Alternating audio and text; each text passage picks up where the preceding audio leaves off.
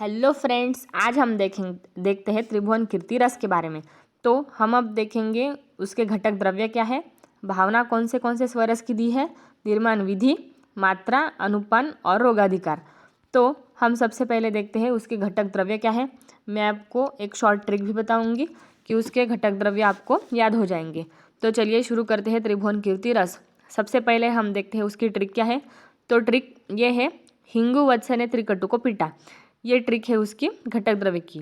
इसका हम अब डिकोडिंग करते हैं। हिंगु मतलब कि शुद्ध हिंगुड़, वत्स मतलब कि शुद्ध वत्सनाक, त्रिकटु मतलब कि त्रिकटु हमें पता है पिपली सुंठ मीरे, ये क्या है त्रिकटु को पीटा। पी मतलब क्या है पिपली मूल और ट से क्या है टंकन।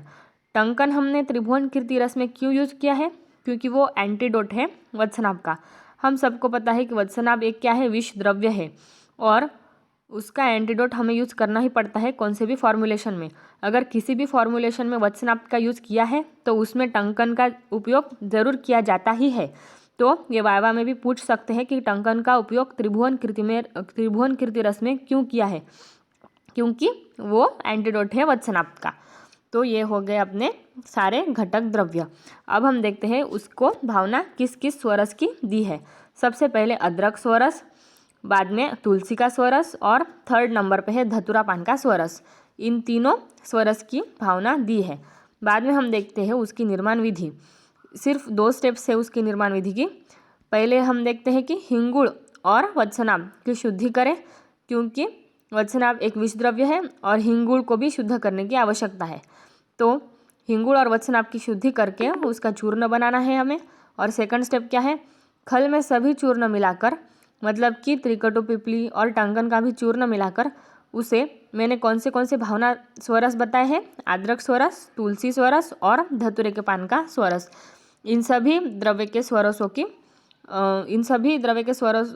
स्वरस जो है उनकी भावना देनी है और तीन बार भावना देकर उसकी वट्टी बनानी है। ये हो गई उसकी निर्माण विधि। अब हमारा त्रिभुवन कीर्ति रस तैयार हो गया।